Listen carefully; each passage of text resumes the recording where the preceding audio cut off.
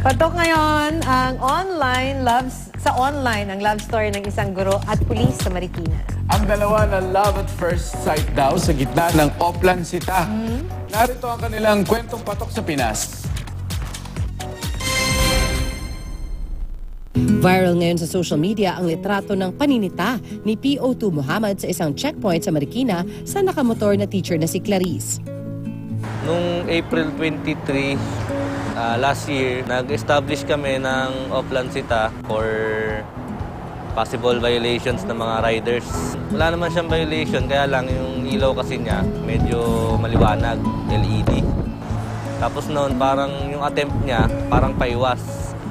Para sa amin kasi mga pulis, suspicious yung mga ganong galaw. So gumit na ako para patabihin siya. Nung papalapit siya ng ganyan, yung bumungad naman sa akin yung maganda niyang mukha. And babae pala yung nasita ko. Kinakabahan talaga ako.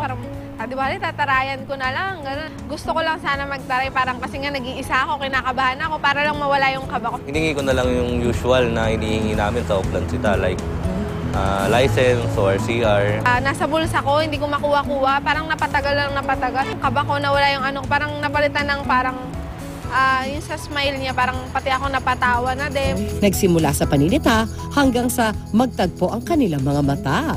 Na love at first sight ang dalawa sa isa't isa.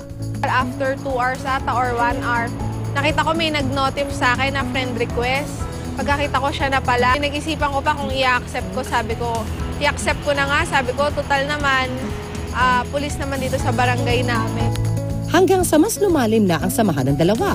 Nahuli ni PO2 Muhammad ang puso ni Teacher Clarice na ikinulong niya sa nag-uumapaw niyang pagmamahal. At tinuruan naman ni Teacher Clarice si PO2 Muhammad na malaya muling umibig.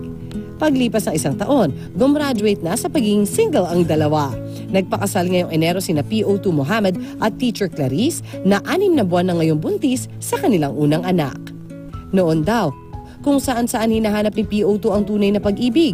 Na-realize ko na ang love, hindi mo siya pwedeng ipilit, hindi mo siya kailangang hanapin. Kung sino yung nakalaan para sa'yo, parang pusa siyang darating, ibibigay siya ng Diyos. Lord ang nakakaalam niya kung kailan niya ibibigay, kung kailan yung right na oras para sa'yo.